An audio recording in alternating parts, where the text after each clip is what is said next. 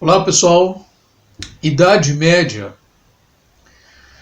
Nosso tema, para nós começarmos a conversar então sobre esse período, você já deve ter lido, período tradicionalmente se divide entre o século V até o século XV, esse período que fica entre a antiguidade e o período moderno, ou a modernidade. Ele foi denominado Idade Média exatamente lá no seu final, no século XV. Lá, na época do Renascimento, os humanistas italianos é que definiram como uma espécie de crítica ao período anterior ao Renascimento, período que era dominado pela visão religiosa, pela igreja, né? E dificultava o saber, o conhecimento mais racional, etc. A própria ciência, né? Tinha dificuldade de se desenvolver nesse período.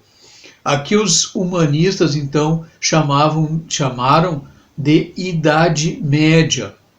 Mas as pessoas que viveram no período da Idade Média, entre o século V ao século XV, eles não se autodenominavam medievais, porque essa denominação não existia, certo? Então essa é uma questão.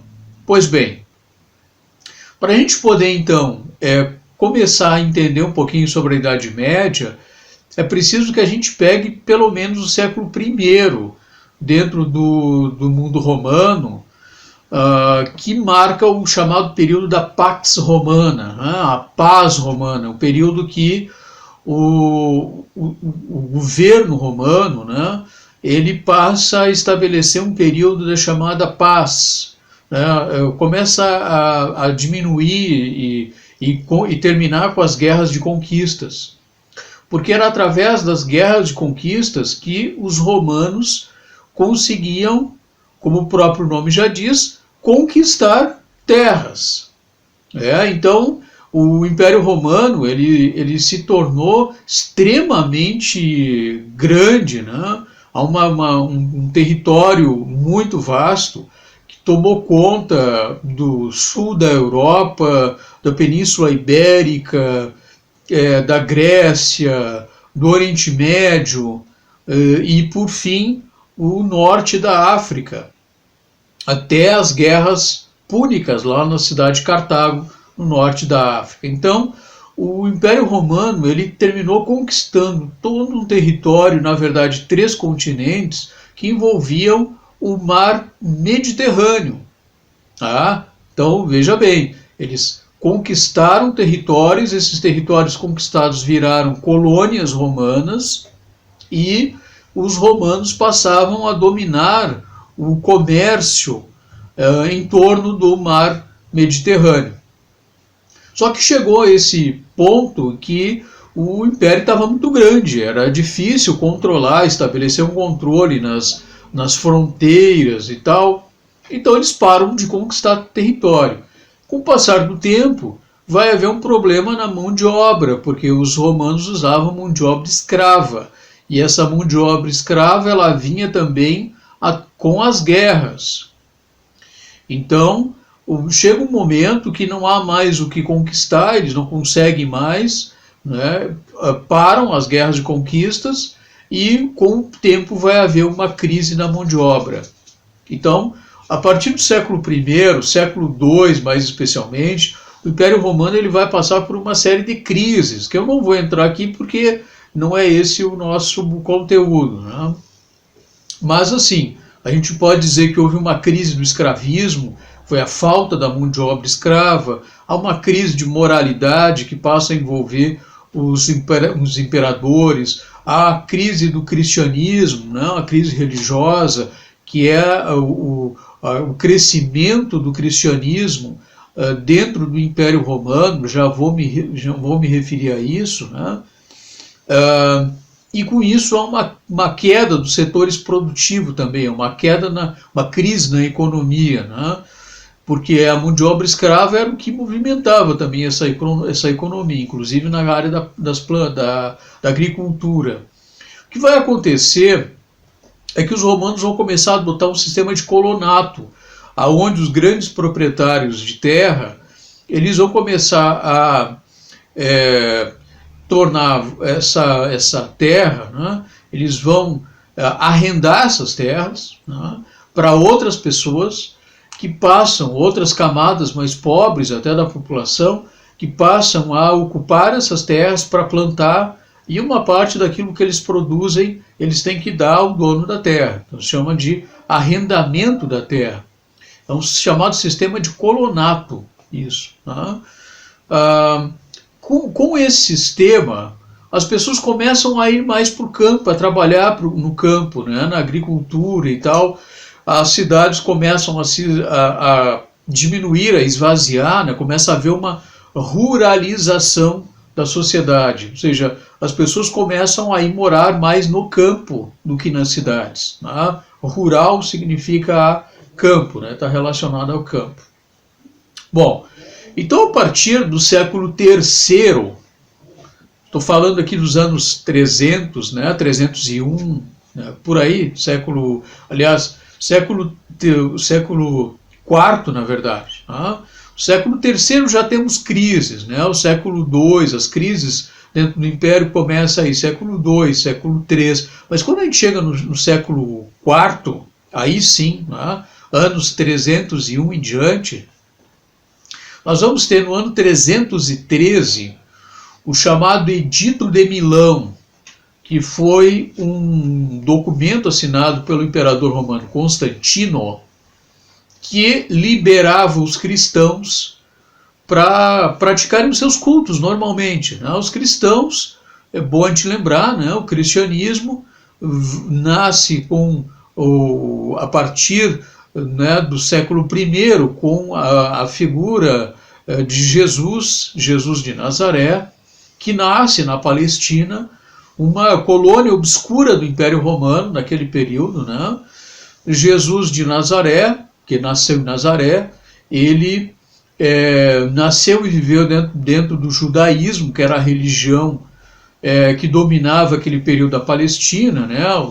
Os hebreus, né, que a gente também chama de judeus, e o Jesus ele passa a partir dos 30 anos de idade, né, nos 30 aos 33 anos, ele passa então a apresentar os seus ensinamentos, né, para outras pessoas, para aquelas pessoas simples que viviam, pescadores e pessoas mais simples, mais humildes, e com isso ele começa a apresentar ideias que entravam, de certa forma, né, em conflito com aquelas estruturas políticas dominantes. Então, a questão da simplicidade, a questão do valorizar mais o ser humano do que as suas coisas, né, materiais,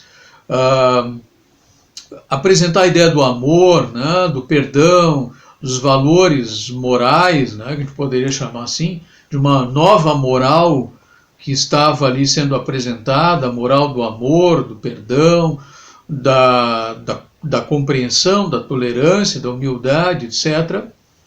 Muito bem, e quando Jesus morre, né, Jesus portanto, todos nós sabemos dessa história e tal, né, Jesus termina sendo condenado à morte dentro do Império Romano, né,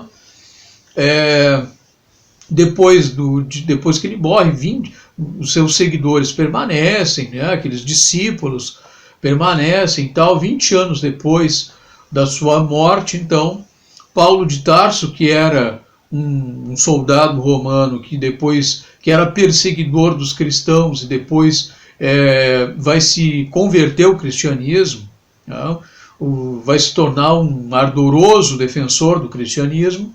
É Paulo de Tarso que vai fundar aquilo que a gente conhece por cristianismo. Né? Ele vai levar, através de viagens, né, que ele vai fazer, vai levar os ensinamentos de Jesus para outras regiões, inclusive para a Grécia e tal. O cristianismo vai se tornando uma comunidade dentro dentro do Império Romano. Inicialmente eles são perseguidos, porque o Império Romano ele era politeísta, né? Havia uma quantidade enorme de crenças dentro do mundo romano, né? E os cristãos, mas eles eram politeístas, eram paganistas, né? Ou seja, eles acreditavam em vários deuses, né? O cristianismo era monoteísta, era e é, né? Monoteísta, acreditando apenas um único Deus. Os cristãos eles terminaram sendo perseguidos, muitos mortos e tal. Mas foi no ano 313, voltando então aqui para o nosso período, né, anterior, para o Constantino, no Edito de Milão, no ano 313, o Constantino, não por questão religiosa, né, dizia-se, em alguns livros até tem assim, que Constantino tinha uma batalha que ele ia realizar, né, e dado com seu exército e tal, e na noite anterior ele sonhou com uma cruz, e aí a cruz viu uma voz dizer para ele, siga esse sinal e assim vencerás. E aí ele venceu a guerra e depois achou que isso era um sinal para ele se converter ao cristianismo e tal. Mas isso tudo é um mito, pessoal, tá? Isso não é o fato mesmo, tá? O que acontece é que Constantino ele não se converte ao cristianismo porque simplesmente por uma questão religiosa, mas na verdade ele está interessado no apoio dos cristãos, no apoio político dos cristãos, né? Como todo bom governante, Constantino estava dentro de um império decadente, cheio de crise. Havia explosões de revoltas dentro do Império Romano e tal, já havia claros indicativos, né, que o Império estava já numa crise econômica, etc. E o Constantino queria o apoio dessa quantidade cada vez maior de cristãos dentro do Império. Então, o que ele faz? Ele libera o cristianismo. O cristianismo passa, os cristãos a partir de 313 não serão mais perseguidos por serem cristãos, certo? Então esse é um ponto. Outro ponto, começa a haver uma mistura das antigas, das crenças pagãs que vinham do Oriente, que se misturavam com a religiosidade grega, persa e tal, começou a se misturar também com o cristianismo. Para a gente ter uma ideia, no ano 336, pouquinho então depois do Edito de Milão, né, 336, não se preocupe com a data, é apenas para a gente ter uma base, né? Foi nesse ano que começou as festividades do Natal, porque no ano 336, no calendário romano, no 10º mês, o romano, né, o latim, era o 10º mês do calendário. E no dia 25 de dezembro, era tradicionalmente dedicado a Mitra, o deus sol de origem persa. E na medida em que o Império Romano ele vai se tornando cristão, o cristianismo vai tomando conta, né, dessas festividades, vai influenciando também, vai havendo uma mudança cultural no calendário. Então o que eles vão fazer agora? Eles vão tirar o Mitra no dia 25 de dezembro e vão botar esse dia como sendo o dia do nascimento de Jesus, que ninguém sabe quando foi esse dia. O dia 25 de dezembro é um dia meramente simbólico, que foi colocado como data do nascimento de Jesus no ano 336. Portanto, 336 anos depois que Jesus já tinha morrido. Certo? Então, começa aí essa questão. No ano 380, o imperador Teodósio, imperador romano, se converte ao cristianismo.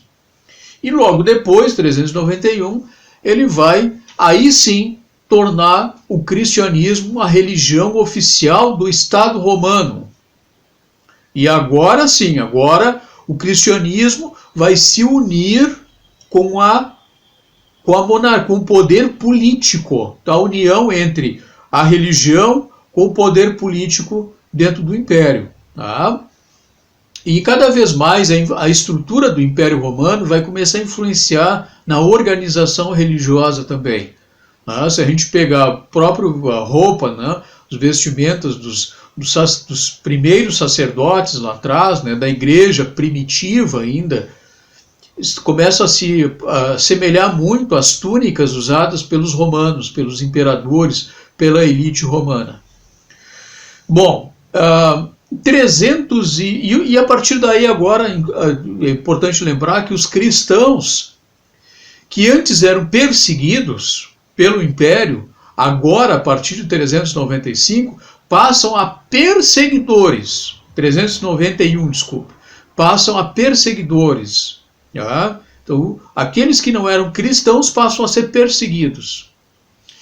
395, aí sim o Império Romano se divide. Então, a crise era enorme, não havia talvez uma outra saída a não ser dividir o Império. Tá? Então, virou o Império Romano do Ocidente e o Império Romano do Oriente. E dentro do século IV aí, nós temos já século IV, século V, nós temos começam as invasões dos povos germânicos e eslavos. Tá? Então, esses povos germânicos, como os francos, os visigodos, os ostrogodos, enfim, esses nomes bem bacanas aí, né? Esses caras viviam em tribos, tá? Mas na parte mais norte oriental da Europa, e em dado momento aí, no século V, os hunos, que eram um povo terrível, que habitava as planícies da Rússia, extremamente violento, destruidor, nômade, guerreiro, né? Tinha o seu principal líder, o Átila. Os hunos, então, eles invadem sobre o território próximo onde estavam os germanos, os francos e tal, esses outros povos, e esses povos, com medo dos hunos, terminam saindo e começam a tentar entrar nas fronteiras do Império Romano, seja para se proteger do ataque dos hunos, ou enfim. Tá? Então o que acontece? Começa as invasões dos chamados bárbaros, que eram os povos que os romanos e os gregos chamavam de bárbaros, né? Porque eles tinham um modo de vida muito diferente dos romanos, dos gregos. Os bárbaros eram nômades, viviam em tribos, andavam, né, a cavalo, conquistavam, eram povos violentos, andavam com roupas com pele de animais, etc. Não tinham muito hábito de tomar banho, né? E quando essas tribos começam a avançar sobre o Império Romano, o Império já estava fragilizado nas suas fronteiras, e essas tribos começam a invadir o território romano e começam a conquistar, né, esses territórios. Então nós temos uma primeira migração desses povos bárbaros no início do século V, né, que começa aí, e depois nós temos uma outra migração no século VI. Tá? E aí é onde nós vamos ter os francos, que vão conquistar a região da Gália, os gauleses, né? Os anglo-saxões vão conquistar a região onde vai ser depois a Inglaterra, os lombardos vão conquistar a Itália, e por aí vai. Tá? Bom, então o que é interessante, né, para nós? A gente já viu então que é a partir do século V, né, século V, que o Império Romano cai. Né? Termina o Império Romano conquistado por esses povos germânicos. Tá? E do século V até o século XV, nós vamos ter, então, o período da história que a gente conhece por Idade Média, né? Nós temos nesse período da Idade Média, que é essa formação dos reinos bárbaros. Do século V ao século X, por aí, nós temos o chamado período de Alta Idade Média. Depois nós temos uma Idade Média Central, do século XI ao século XIV. E depois do século XIV ao século XV, nós temos a chamada Baixa Idade Média. Tá? Então, os reinos germânicos estão aí, vão aparecer. Observem ali o reino dos francos, que é o que nos interessa. Tá? Por quê? Porque o reino dos francos é aquele que vai caracterizar muito bem o período da Idade Média, porque outros reinos, como o reino dos visigodos, por exemplo, eles vão terminar sendo conquistados também por outros povos, os muçulmanos, os árabes, vão conquistar esse território da Península Ibérica, que era romano, depois virou conquistado pelos visigodos e depois será conquistado pelos árabes. Tá? Mas o que nos interessa é o reino dos francos. Tá? Então, o reino dos francos é o seguinte, né? Eles conquistam, eles eram formados de várias tribos. Essas tribos elas vão ser unificadas por um cara chamado Clovis, tá? Que era descendente de um outro chamado Meroveu. Então, os nomes legais aqui, né? E o Clovis vai iniciar então a chamada dinastia Merovingia. Merovingia porque vem do Meroveu, lá que era o outro parente anterior, né? O Clovis é o sucessor dele. E o Clovis vai ser o cara que vai unir essas tribos dos povos dos francos, tá? E vai conquistar a região da Gália. E ali vai se tornar o reino dos francos, certo? O Clovis vai ser o primeiro, e aqui é uma coisa importante, o primeiro rei desses povos bárbaros que vai se converter à igreja, a igreja cristã. E esses povos não eram cristãos, eles eram pagãos, eles eram adeptos do paganismo, do politeísmo. O Clovis vai ser o cara que vai se converter ao cristianismo da igreja, né? Óbvio, era o único que tinha também. E com isto, né, ele vai unir o poder temporal do governante com o poder espiritual da igreja, tá? Que já depois a gente vai abordar isso aí melhor. Tá?